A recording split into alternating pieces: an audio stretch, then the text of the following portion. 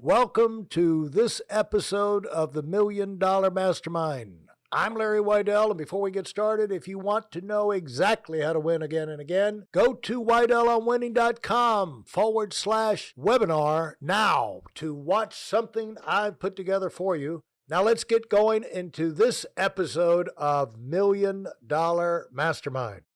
I am here with Peter Hurley. What a treat it is to have the headshot king, named by Popular Photography and kind of a personal hero of mine in photography for a long time, Peter Hurley. Welcome, Peter. Oh my gosh, Larry, thanks for having me on. I'm psyched to be here. I read about you in, I'm sure there's been all kinds of articles over the years, but I read about you and copied your, watched videos and some of your techniques with photography and you've got the headshot down to a science, holding the chin and this, that, the other. And you've really taken a common subject and really mastered it and show, to me, it just shows what attention to detail can make all the difference really in life. And that's what winners do. And so welcome. Glad to have you spending some time and talking about winning with us. Oh my gosh, I appreciate it. I think the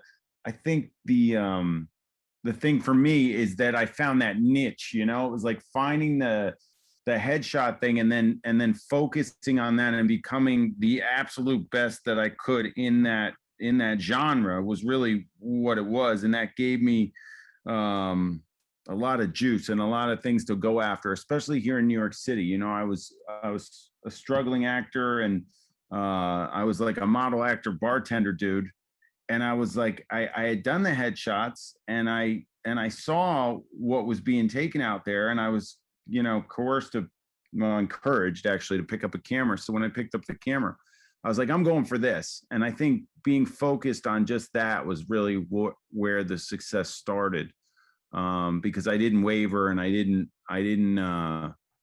look at anything else. I didn't even want to. I'm trial and error guy. I'm like self-taught photographer. So I was like, I don't need to know all of that other stuff. I need to know this. And that was, and it was a recipe that worked.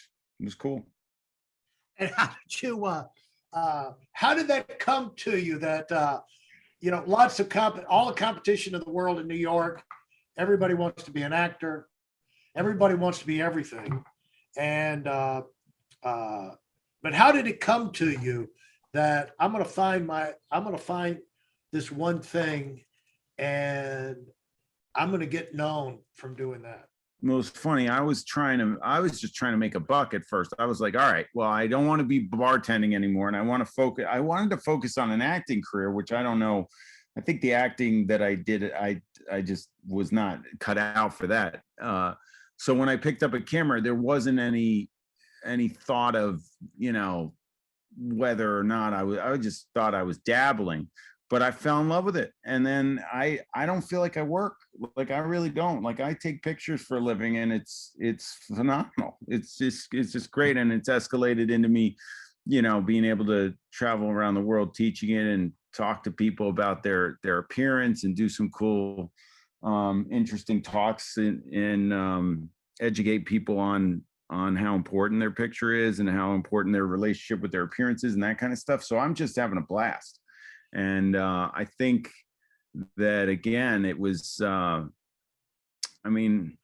guess if we go back to where I came from and how this all started, I was actually kind of applied the principles that I applied when I was training for the Olympics. I don't know. I was racing sailboats and I had finished the Olympic trials and I had lost, and I was like kind of miserable. But my girlfriend at the time was like, I'm going to go to Europe and model. And I was like, all right, I'll follow you. So I went over there and met up with this photographer in Madrid.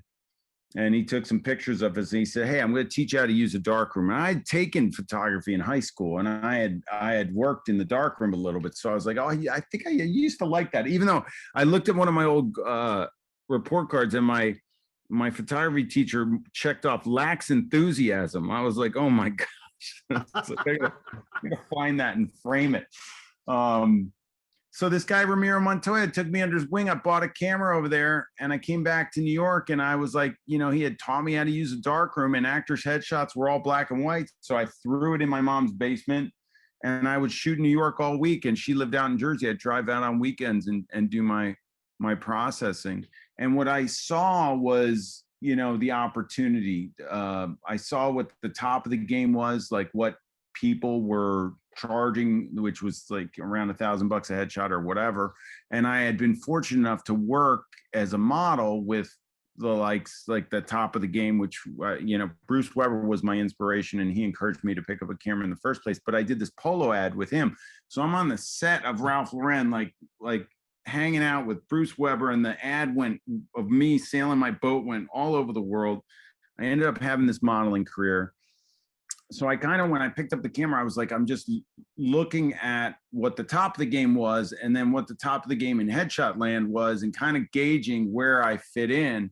And it was an uphill battle, but it was one that I enjoyed so much that I just wasn't going to stop. And I was like, I remember as a model, actor, bartender dude, like I couldn't rub two nickels together. Really, I was working pretty good too. My agency was happy with me, but I had never made more than $50,000 a year. And you can't really live off that in New York City, obviously. So I was like, I got to up my game. And these people were charging $1,000 a headshot session. I remember at the time, the top of the heap. And I was like, I got to get on that gravy train somehow. And I wrote on a goal card in like 2000 that I wanted to make $1,000 a week with photography. And, I don't know when I started charging $1,000 to get in front of my camera, but, it happened pretty rapidly. I think that was like 2000. I picked up the camera. 2002, I started shooting headshots. And by 2004, I was considered the best in New York City. And probably 2005, I was probably charging $1,000 by then. Hey, listen, there's a lot of information online, but there aren't a lot of people who've actually done something. In my case, I've actually built a successful business that's accrued over $5 billion in assets under management and has done well even during trying times. Now, if you want to know exactly how I've done this, go to whiteelemwinning.com/webinar now. I've compressed a decade of learning into 5 short weeks just for those of you who want to give yourself an incredible advantage and are tired of waiting and watching others move up. What an incredible story. And how did you come to talk about the sailing? You would, the whole time you would rather have been sailing, I guess. Well, I still sail. I just got off the water this weekend. I got my butt kicked. Talk about winning. It was like, I just won 2 regattas in this other boat the past 2 weekends. I went into a national championship this past weekend in a different boat that I haven't been practicing with. And I got tossed around a little bit. And it's those kinds of things that drive me. Like I'm kind of been reflecting all day on the past weekend. I am in the midst of training for a world championship, which is in September in Barcelona. So I always, look at the sailing as a couple things. One is I kind of gauge myself, my thought process, my patterns based on how I train in the boat and how I, competing at the top level, at my height of my sailing career. I was on the United States sailing team. I was ranked 17th in the world. It was at the peak of it, right when the Olympic trials happened, and when I actually quit and picked up a camera, because in the United States, all over the world, there's one representative that goes to the Olympics in the boat, and I finished 4th on the top 5 made the team, but I finished 4th, and my buddy went to the Olympics in Sydney, and I didn't get to go. So that was when all this started to happen, where I had to figure out what I wanted to do with myself. But I always looked at it like, look back at how I trained for the Olympics and went from being, I think when I started, you might rank me like 30th in the United States to, which is really nothing, but I got up to 17th in the world. So how I accomplished that, and I won I'm a world North American national champion. I'm been second in the laser master worlds twice, which is the one I'm trying to win. So, but what I noticed is that work ethic in the boat and I just turned that toward my photography, and that was really interesting. The other thing is that people say that I did a TEDx talk with this psychologist, and she goes, it's really tough to work with you. It's like I'm with you're like a lighthouse. Like when the beam's on me, I'm good, but then your brain just goes off into Neverland, wherever, and I got to wait for it to come back around to me to work with you again. So people have said that I have ADHD tendencies, and the 2 times that I noticed that I'm super focused, I'm most hyper focused, is when I'm on a sailboat or when I'm looking through the viewfinder of my camera. And I think that those 2 things alone really changed everything for me. I think it was the focus and the attention to detail, especially with the photography. I mean, the photography is like, I see things through the viewfinder that I think a lot of people miss. And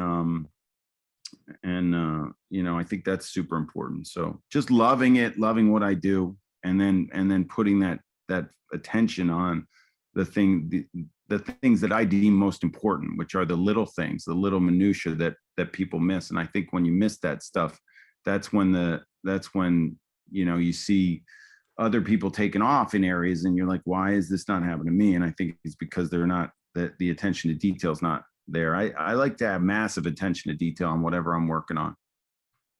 I want to follow up on that, but I'm curious about the TED Talk thing. How did it's one thing to do a TED Talk, but somehow you were paired up with, what did you say, a psychologist? Yes. And so how did that go? Well, I got asked, a friend of mine, another photographer who I work with a little bit, had a friend who was doing the TEDx talk at MIT, and he said, hey, I'm going to put your name in the hat on this one. She really thinks you're interesting. So this woman called me and she said, would you like to do a talk? And I was like, first of all, I was super honored, because I knew, I didn't get to do the real TED, but the TEDx talks I was just so amazed by the people and the concepts that get discussed on those things that I was honored to be even asked. And I said, at the time, the coolest thing that I had going on is that I was working with a psychologist. My pet peeve, and the biggest thing that I'd love to solve for the planet Earth, if possible, is having people accept their appearance and be good with it, and actually enjoy the body that they're born into and live in while they're here on this earth. And I think I just got too many people hitting me. They walk in my studio and they just glam-base themselves, like, oh my gosh, I got bags under my eyes, I'm tired, I didn't look good, look at this hair, And so when she said, I want you to do this talk, I started working with this psychologist. We met on a Microsoft job, and I was shooting for Microsoft, and she was the psychologist for them. And we ended up joining forces, and we started this company called Sci-Photology, which we ended up doing the talk. Talk was great, and then we went separate ways for other reasons. But the talk was really what I've been trying to do on an individual basis with people that get in front of my camera, and that is make them feel good about the way they look, and about the fact that that's the way they were born, and that's what we have to deal with. But society is so tough on us in that regard. So it's difficult sometimes. Sometimes I'll have the most beautiful person in front of my camera, and they can't even see it for themselves at all, and it's so strange. And in the talk, I tell about a story. I had Miss Universe. I was shooting Miss Universe, and she had won in like '99. I had to shoot her for a cover of a magazine, and she turned to her husband and she said, honey, I can't stand my face, right in the middle of the session. And I was like, oh my gosh, Miss Universe can't stand her face. I was like, this is crazy. So dealing with that on a daily basis is really the thing that irks me. I mean, it's such a joy when people walk in and are just like, yeah, just take my picture. This is going to be fun. Let's do it. And then they have a healthy sense of their relationship with their appearance is really healthy, because I think I talk about that a lot. We have a relationship with our appearance, and it can change over time depending upon the shape we're in, and obviously how we feel about ourselves at that moment, and our aging process, how we contend with our aging process. I think it's different for every single person, and trying to find a way to get people to embrace their appearances is what I'm been attempting to do, and it's easier said than done. Fantastic. If you enjoyed what you've heard and are dead serious about finding out for yourself exactly how this works in the real world, I've taken the most valuable business lessons I've learned over 40 years and put them into something for you to watch. Go to whiteelementary.com/webinar now in order to move up as fast as possible. I'm Larry Weidel, and I run the $1 Million Mastermind. Go, go, go.